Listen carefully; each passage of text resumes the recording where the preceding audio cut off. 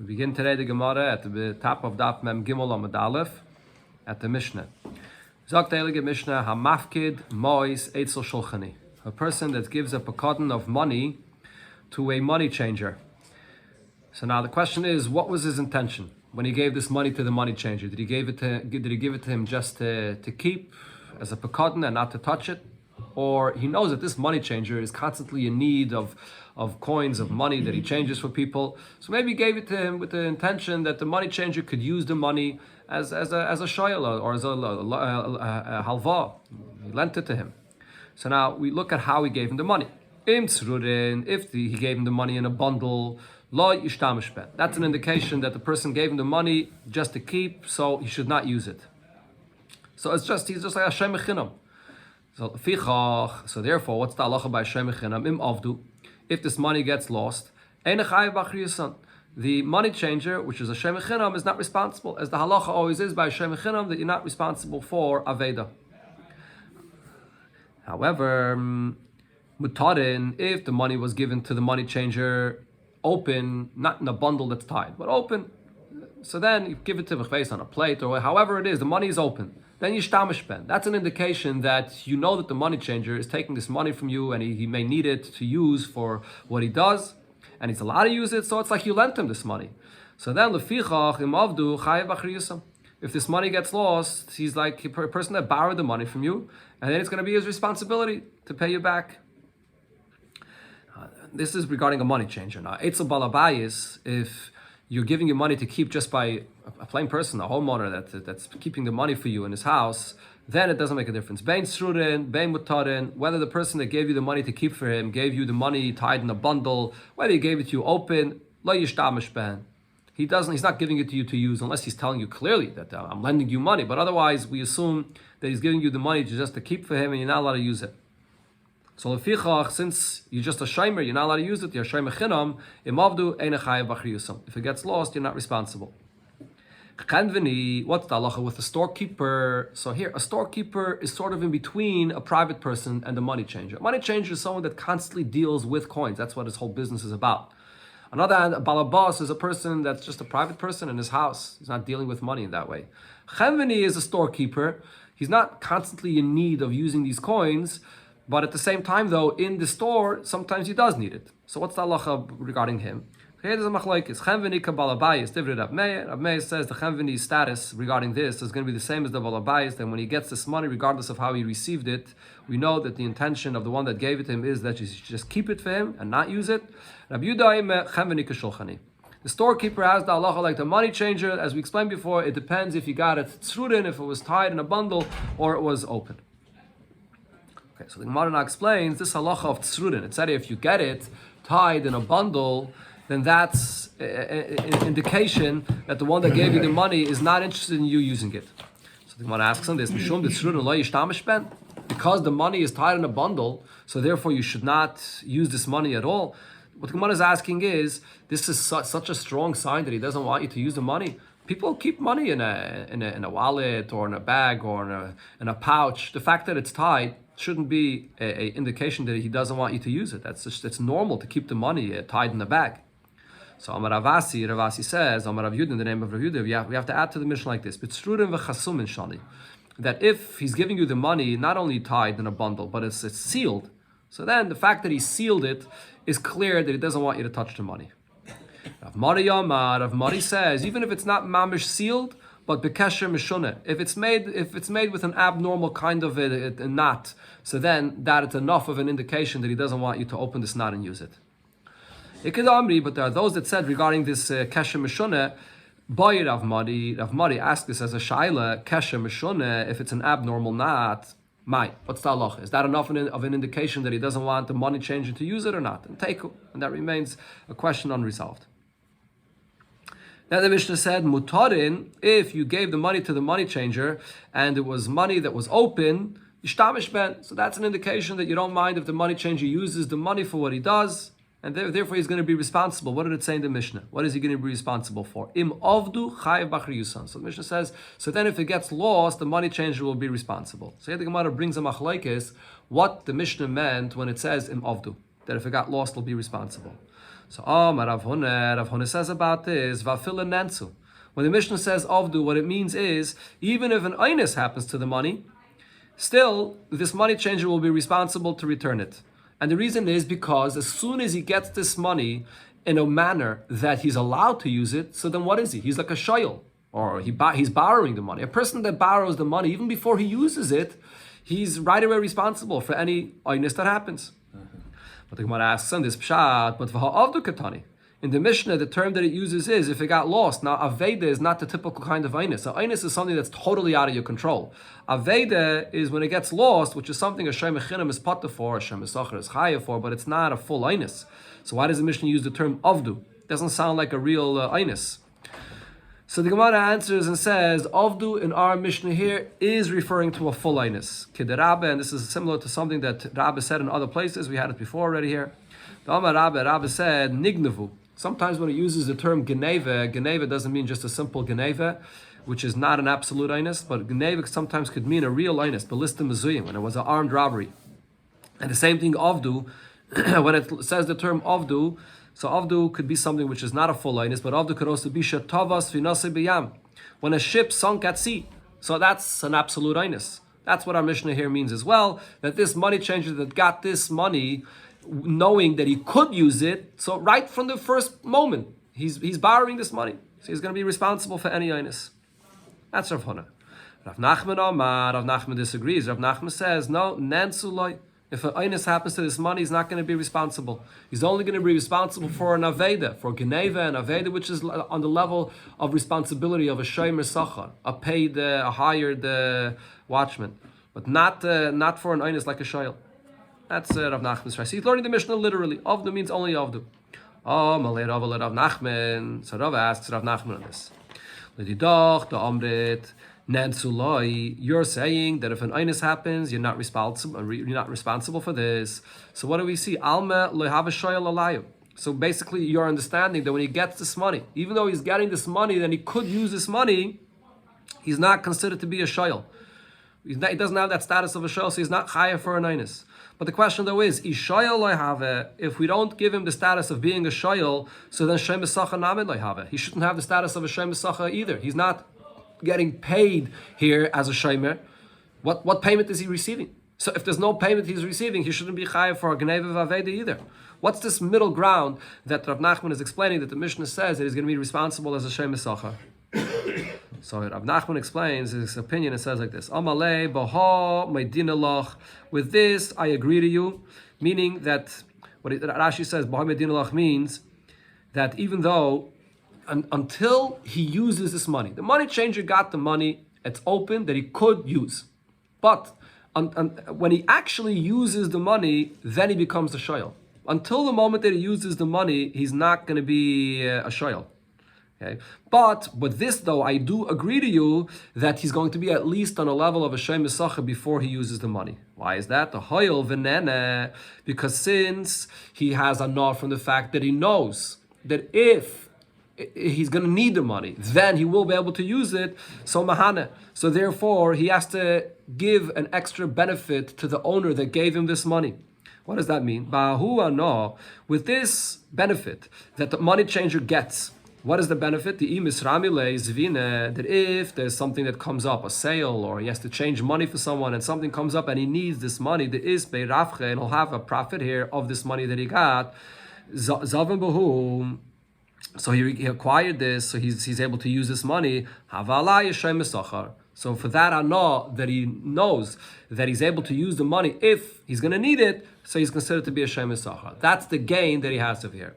So again, the point of it that Rav Nachman is saying is, he's not considered to be a shoyel like a regular shoyel. A regular shoyel is when you borrow something and you, right from the beginning, you came to the owner, you told him, you asked him, could I borrow this from you? So then if you get it from the first moment, you're a shoyel. You're going to be chayav for an einus. Over here, this person came to you and gave it to you open as a pekadon. It wasn't originally made up clearly that you're a shoyel. So over here, according to Rav Nachman, before you actually use it, you can't be classified as a shoyel. If you actually used it, Rav Nachman will agree that, of course, then you're already a shayl, you're using it. But even before you use it, the very fact that you know that you could make profit of it, if you'll need it, that's a certain schar, that's a certain gain that you have, knowing already now that I'm safe, that I can use this later. And therefore, that's the schar that you'll be even before you use it on the level of a shemes sachar, but not a shayl though.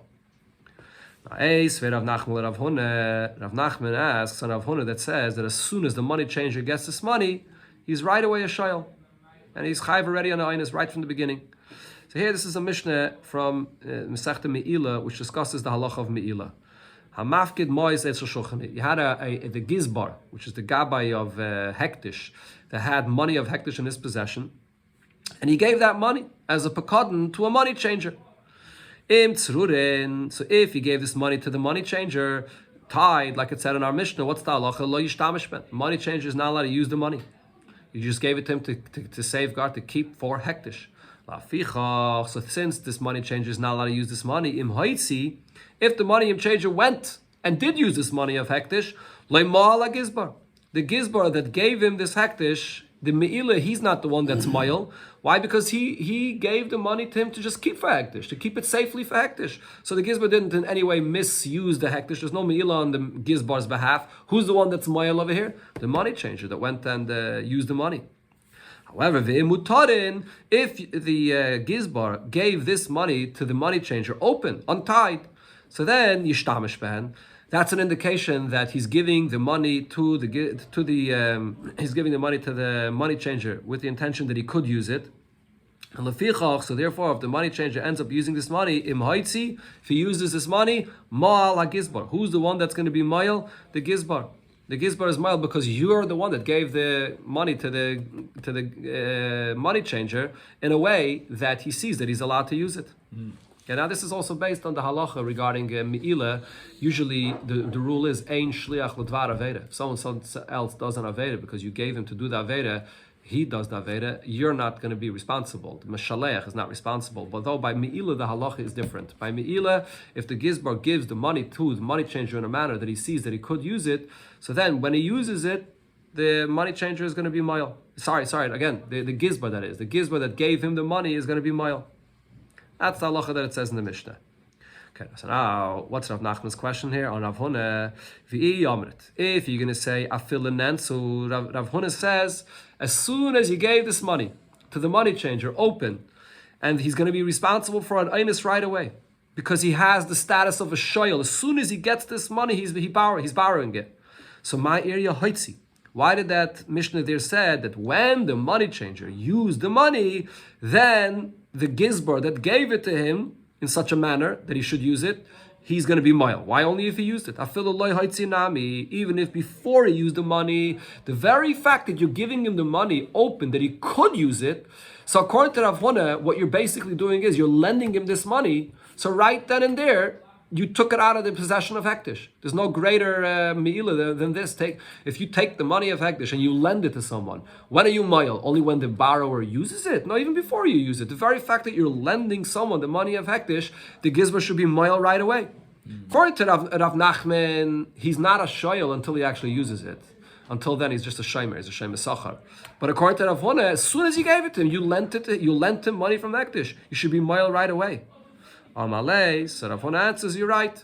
That's really the halacha, that as soon as you lend him this money, you're going to be ma'il. Hu adin afagav de lehaitzi. Even before the money changer spent this money, he's going to be ma'il right away. The gizbar, that is ma'il right away. But va'aydi de tane reisha haitzi. In the first half of this Mishnah, it uses the term haitzi. So over there, when it was tied over here, you only the money changer himself is ma'il, only when he spends the money.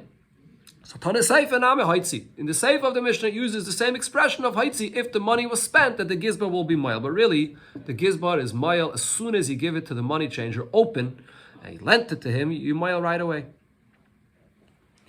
Mishnah, another halacha here, Benigei Tu Apekadon, Hasheleach Yad Bepekadon. A person that uses something that's in his possession as a pekadon. This is the halacha of shlichus yad we had before in the Gemara. It says in the pasuk that a person that's sheleach yad, he uses a pekadon that he's supposed to just keep in his possession for the owner.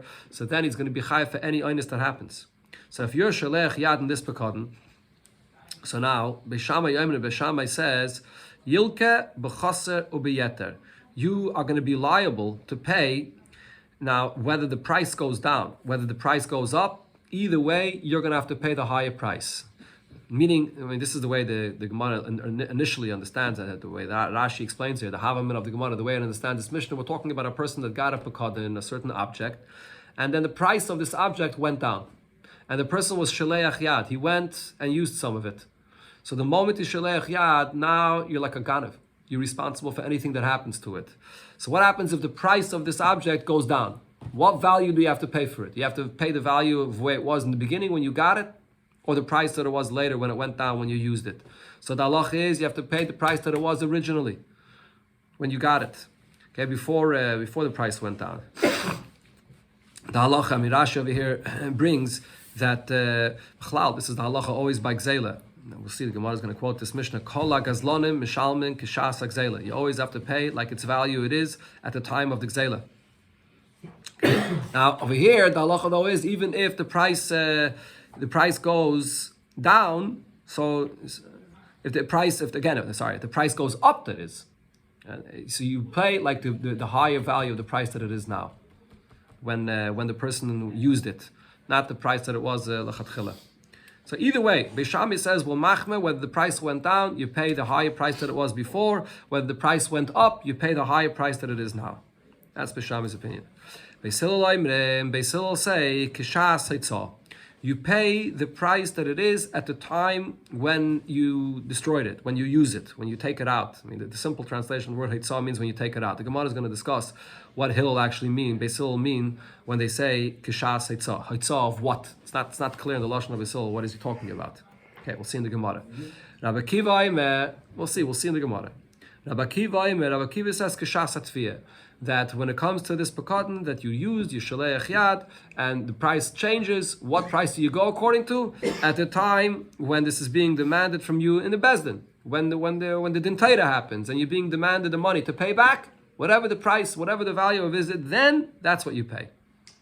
I think one is going to bring a pasuk for this, also the source of Rabbi Akiva's opinion. The price didn't change because of something, because the money went up or down. The price changed because he used the thing. No. Rashi says the Havamin of the Gemara is that we're talking here about the price change in the market value. Shehuzlo b'shuk. Look in the first Rashi in the Mishnah. We're talking here about a price change in the market value. So according to what price do you go? According to the original price, according to the price now. Beis Shammai says always machmer, Beis Hillel says haitzah, and Rabbi Akiva says tviyah, when you're demanded in the bezdin. So this is a knas. Yeah, could be. Yeah, it's a knas, or maybe, yeah. In a case where it's a yeter, when it went up, it's a knas. When it went down, I don't know if it's a knas, then it's, okay, let's see. Let's see what the Gemara says. Omar Rabbe, so the Gemara starts off first with the halacha b'chlal b'negei t'gzela. Because shlichus yad is a form of a gzela. You're stealing this cotton that you're supposed to keep for someone and you're using it.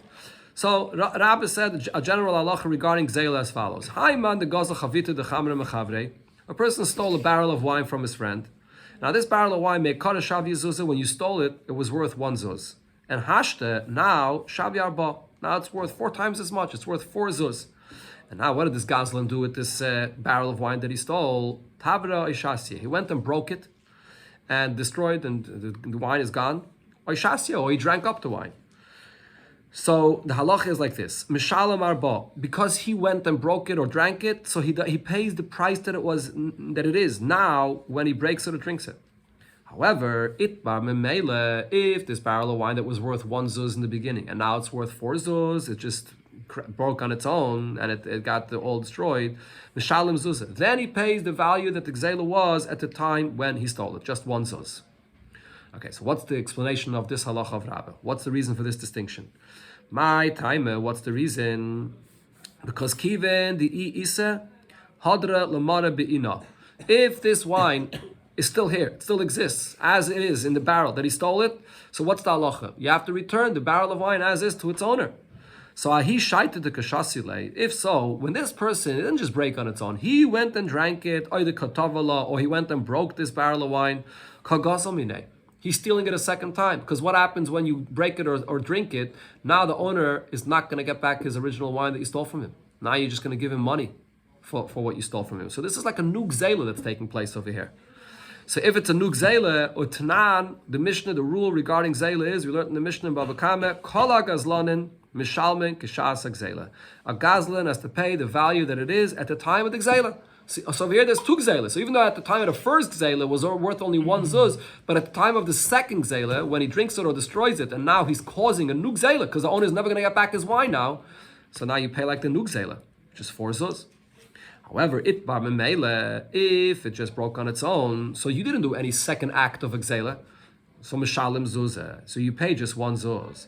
My time, why? Hashtali avad levelay midi. Now you didn't do anything. Amai kamachayvislay. So why is he obligated now to pay the value of this wine? He shaited the gazla. It's because of what it was at the time when he stole it. He shaited zuzu the shavia. At that time when he stole it, it was worth just 1 zuz. So there's one act of a gzela just at the beginning, and that's the value they paid, whether it was at that time, just 1 zuz. This is the halacha that Rabbi said. Rabbi, or according to another version here, Rava. Okay. So now, based on this, the Gemara comes back. Let's try to understand what's the pshat in our Mishnah when it talks about a person that's sheleach yad in a pekadin, which is also a form of exela. You're stealing this pekadin in your possession. So Tanan, we learned in our Mishnah, Beis Hillel, what did Beis Hillel say? Kishas hitzah. When you use this pekadin in your possession, what value do you have to pay for it? The value that it is at the time of hitzah, when you took it out. Took it out from my kishas hitzah. What does the Beis Hillel mean here? When you took it out. If you would translate the word hitzah, you pay the value that it is at the time when you're destroying it. You're shaleach yad, you're using it. At that time when you used it and you destroyed it, whatever value it was, then that's what you pay. That's what Beis Hillel was saying. So now let's understand. What are we talking about?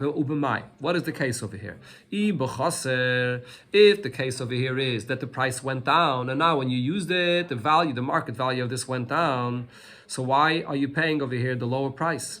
Is there any mandama that says that you only pay the price that it is now when it went down? Didn't we learn that a gazlan has to pay the value that it is at the time of the gzela? Yeah, so over here as well, you should have to pay the value that it was at the time of the gzela before, when the person was shaleach yad. Why are you paying now the value that it is when it's chasa, when it went down? Okay, so over here he's not actually paying the wine itself, or whatever pekadin it is itself. He doesn't have it anymore. It's destroyed. It's not here anymore. Right? So in this case, he should have to pay the value that it was at the time when it was stolen. Second. Okay. Now, if we're going to say that the case over here is that the price went up, so if so, the question is, Haina Beishamai. He's saying that Beis Hillel is saying that when the price goes up at the time when he used it, so then he has to pay the value that it is now when the price went up. So if so, it comes out that Beis Hillel is saying the exact same thing as Beis Shammai. What did Beis Shammai say in the Mishnah? That if the price goes up, so then you pay the price that it is now when you were using it. So if so, what's the difference between Beis Hillel and Beis Shammai? What's Beis Hillel adding? Beis Hillel is saying you pay kishas hitzah if the price went up. Beis Shammai said the same thing.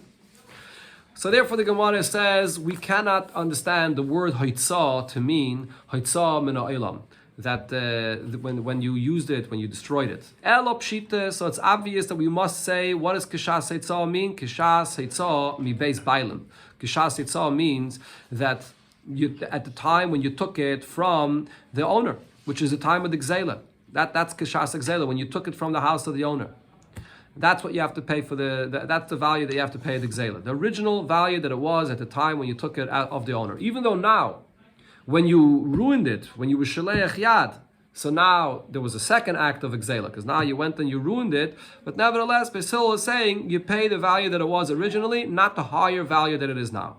So the Gemara asks, if that's what Beis Hillel is saying, so if so, Leime, Rabbe Domeke Beis Shammai, does that mean that Rabbe will go according to Beis Shammai? What did Rabbe say? What did Rabbe say before regarding the halacha of Tavra Ishastia? Rabbe said that if there's two acts of gzela, there's the original gzela when you stole it, and then afterwards you went and you ruined it, the second act of the gzela is the value that you pay. So over here, the person took it from the Beis Bailim, He took this pekadon from the owner, and then afterwards he used it. So there's two different acts over here of gzela. He took it from the owner, and then later on he used it. So what's Beis Shammai saying? Beis Shammai says that you pay according to the value that it's now, when the price went up now. Beis Hillel, according to this pshat, is saying no, you pay according to the value that it was before, the lower value that it was before. So it comes out that Rabba that's saying that you pay the value that it is now when you ruin it goes according to Beis Shammai. How could Rabba paskin and say his halacha like Beis Shammai? So therefore the Gemara says, Amalach Rabba will answer you, B'yeser, in a case where the price went up, Kula Almalei Pligi. Over here, there won't be any argument between Beis Shammai and Beis Hillel that you pay the higher value that it's now. And this is the rule that Rabbi said when there was a second act of a gzela, when you ruined it, so you pay now for the kshas gzela, now in the second act of the gzela. Ki pligi, when is the argument between Beis Shammai and Beis Hillel? B'chaser. When the price went down. When you're using it now and the price went down. So what's the basis of their argument? Whether you pay the value that it was originally when you took it from the owner, or you pay the value that it's now and then price went down. Beis Shammai's opinion is shlichus yad ein tzricha chesaron. The halacha of shlichus yad. When do you become a gazlan? When you go and you use someone else's thing that he gave you as a pekadon. So Beis Shammai says when this halacha of shlichus yad that you take it to use for yourself, ein tzricha chesaron. The halacha of shlichus yad is not only when you actually used it and there's something that you diminished from it. From the moment that you took it with the intention to use it, even before there's any chesaron yet, you're already a gazlan right then. You're ready, it's a full gzela before there's any chesaron. So therefore, according to Beis Shammai, v'chi chaser, then now when the price goes down, it's already in the possession of this gazlan. This shayme here that already stole it, he already stole it from before. Now the price went down. That doesn't change your original obligation to pay for the gzela, for the price of the gzela that it was at the time when you took it in order to use it. Even if you didn't use it yet, it doesn't matter. You already took it, you're already a gazlan from the beginning, so you pay the value that it's then. Even if the price went down afterwards, doesn't matter. Beis Hillel salvri, however, Beis Hillel's opinion is shlichus yad tzricha chesaron. The halacha of shlichus yad, you only become a gazlan on something that you're stealing that was brought into your possession as a pekadon. When do you become a gazlan? Only when you actually use it. The fact that you took it with the intention to use it, you're not yet a gazlan.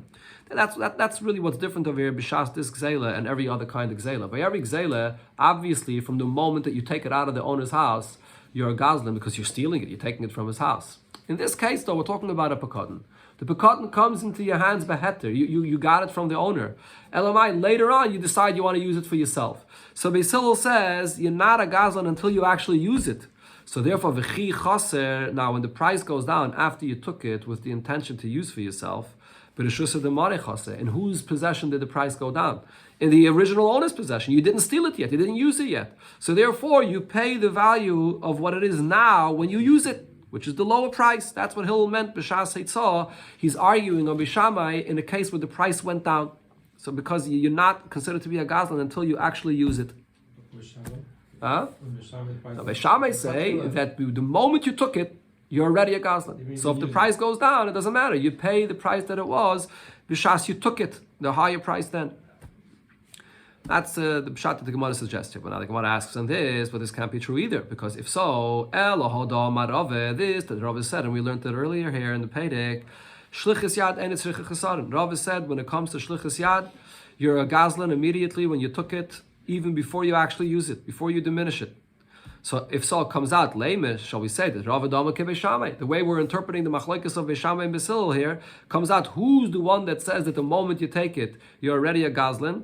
Beis Shammai. So Rav that said that you're shaleach yad, that you're chayiv even before you use it, so that it doesn't mean that Rav was passing like Beis Shammai. Can't be. So the Gemara suggests another pshat. Ella, rather we can say like this. Hacha b'mayaskina, and the case over here is tiltala lahavi ala geizalis. The person did not steal it. The person did not take it with the intention to diminish it, to use it for himself. He doesn't want to use it for himself. Let's say he has a barrel that person gave you to hold for him. Empty barrel. And you're just moving this barrel from one location to another to go and as a footstool to be able to go and take your birds down. That's it. You don't want to diminish it. You don't want to use it. So this is not a case of shlichus yad. You just want to temporarily borrow it without the permission of the owner. So now what's the shaila over here? Ubishayil shaloim idaska miflagi. When you borrow the use of something from someone without the awareness of the owner, are you a gazlan or not? Beishamai's opinion is shoyel shaloim idas gazlan ave. When you borrow something without the permission of the owner, like in this case, you have the pekadon and you're using it without his permission, you're a gazlan. So the moment you move this thing to use for yourself, you're already a gazlan. So v'chi chaser, if the price goes down, whatever price went down, you already stole it from the beginning. So you're going to have to pay the original price that it was at the time that you took it to use. That's why Bishami says when the price goes down, you pay like the price it was in the beginning. However, Basilo's opinion is shoyel shalom midas shoyel have. When you're using something from someone, even without his awareness, but your status is a shoyel, you're not a gazlan. And later, if it breaks or it gets ruined, so it got ruined that's when you stole it from the original owner. Until that point, you weren't yet a gazlan.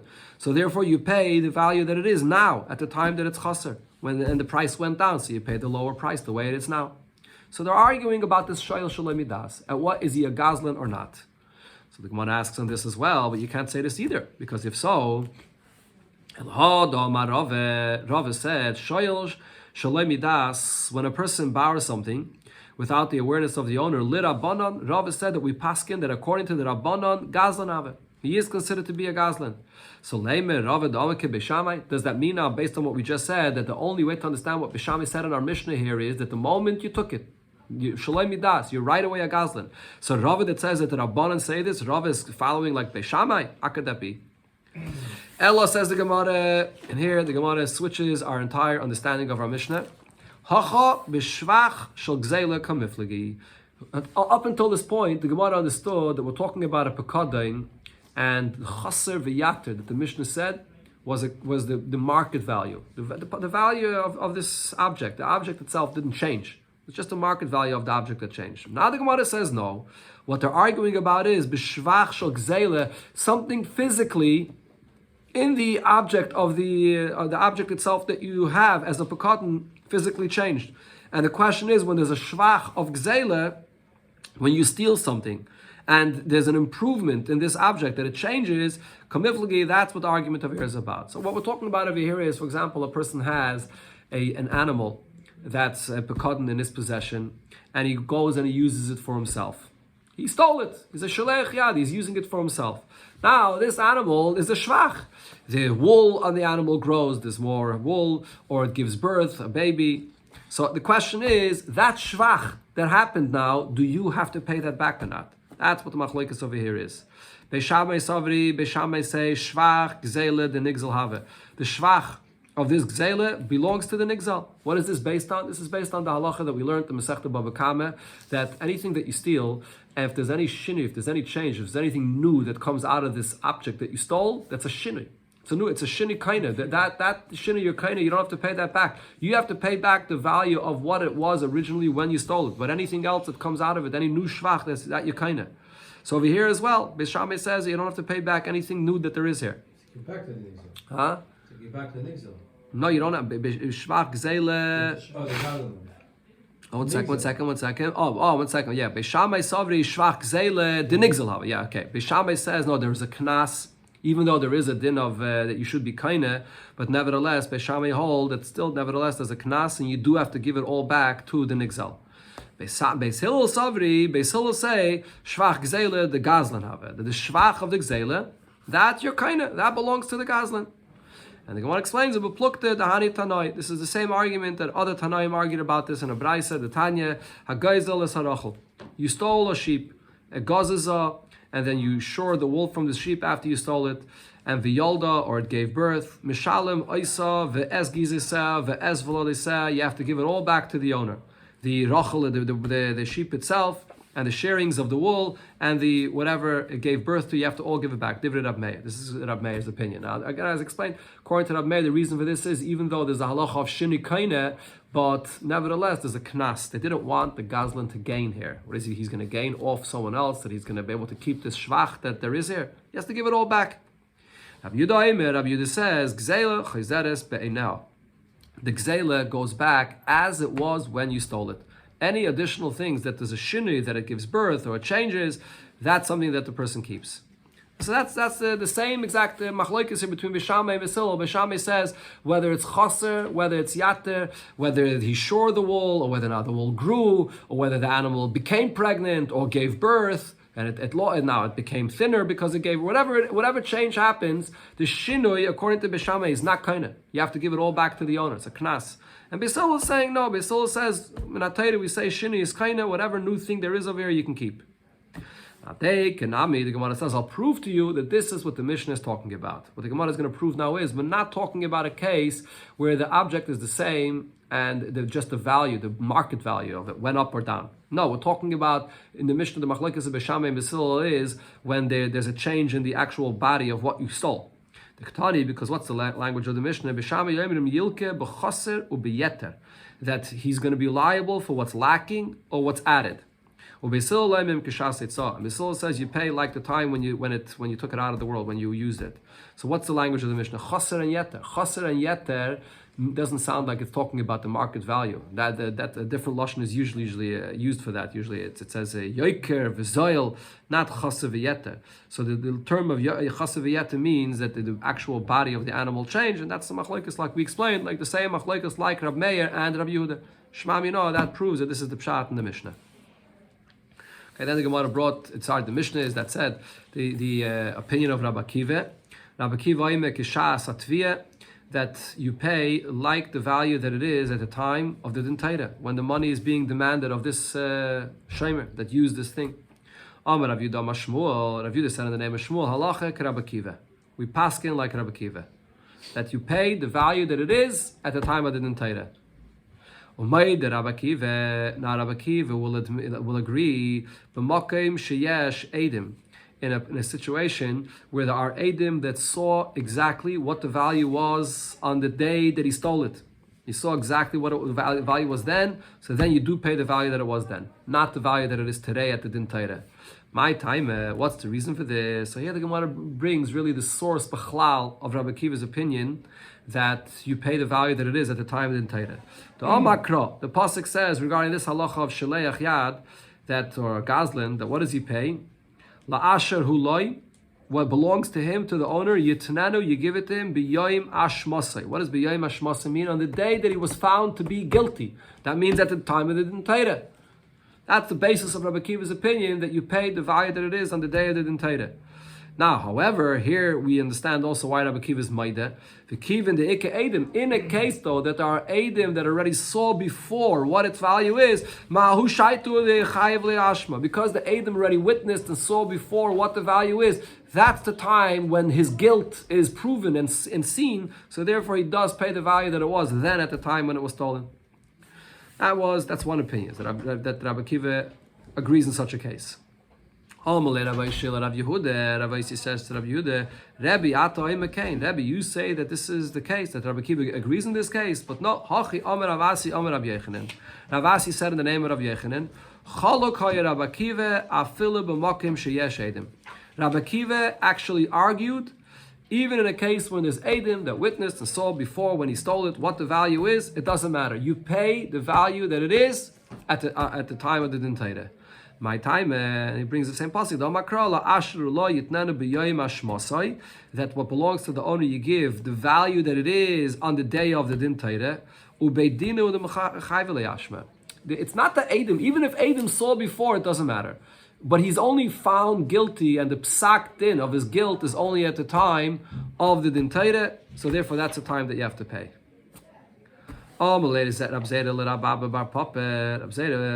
Says to Rabbi Bar Papa as follows: Ki ozlas lahasam. So you wanted to know what's the halacha about this? We paskin it like Rabbi Akiva. What's the halacha about this? So he told him, Ki ozlas lahasam. When you're going to go there, you're going to go up to Eretz Yisrael. Akif asol the Tzur. Go around to the mountain of Tzur, which is like a ladder. You climb up. And go and visit Rabbi Yaakov Ba'idi. And ask him this shaila. Ishmielei, did he hear Rabbi Yechanan? Did he hear from Rabbi Yechanan whether halacha is Rabbi Akiva and halacha Rabbi Akiva? Do we pass like Rabbi Akiva or not? Amalei, so he came back and he told him, Hachi Amar Rabbi Yechanan halacha Rabbi Akiva. We pass like Rabbi Akiva, and he added la'olam. We always paskin, in this case, like Rabbi Akiva. What did he mean by this term lo'olam? So the Gemara is going to say tu pshatim, why he added the word lo'olam. My lo'olam. What is the meaning of the word lo'olam? Rav Ashi, so Rav Ashi says like this. One pshat is shaloi taimar. You shouldn't say han imili heichad lekedim. When does Rabbi Akiva say that when a person steals and then he has to pay the value of it, you go according to the value that it is on the day of the Din Torah, when it's paskin that he owes the money? Don't think that that's only when there was no edim before. But if there's edim that are testifying they saw, so then we go according to the value that it was when the edim saw him stealing it. No, it's not that way. He has to pay the value that it is now at the time of the Din Torah, whether there was edim before, whether there wasn't. No difference. The pasuk says, "B'yoyim ashmose," and the day that he's found guilty by the bezdin. V'inami, another pshat in the lo'olam is something related to what we learned earlier here in this Pedic. The ahadol the duchte, in a case where the shayman of this pekadin, he was shalech yad, he took it, but he put it back. He put it back to its place. And v'tabra, and after you put it back, that's when it broke. So is he going to be responsible for this or not? So here, this is a machlekes we had before between Rabbi Akiva and Rabbi Shmuel. When a gazlan returns something, does he have to return it and notify the owner or not? So la'afu came with Rabbi Shmuel. So over here, the lashon of lo'olam was said to exclude from Rabbi Shmuel's opinion. The Amar Rabbi Shmuel says le'bin and das bailam. When a gazlan returns something, you don't have to not let the owner know about it. So the moment you put it back, you're not a gazlan anymore. You're going to be potter. So therefore over here he said the word lo'olam to say to be inon das bailam. When you return it, there has to be the das of the owner. If there's no das of the owner, so then you're going to be responsible. The Gemara says regarding this machlekes here, Rava said we don't paskin like Rabbi Akiva, halacha kebeis Hillel. We paskin like Beis Hillel that say kishas eitzah, not like Rabbi Akiva that says kishas atviyah.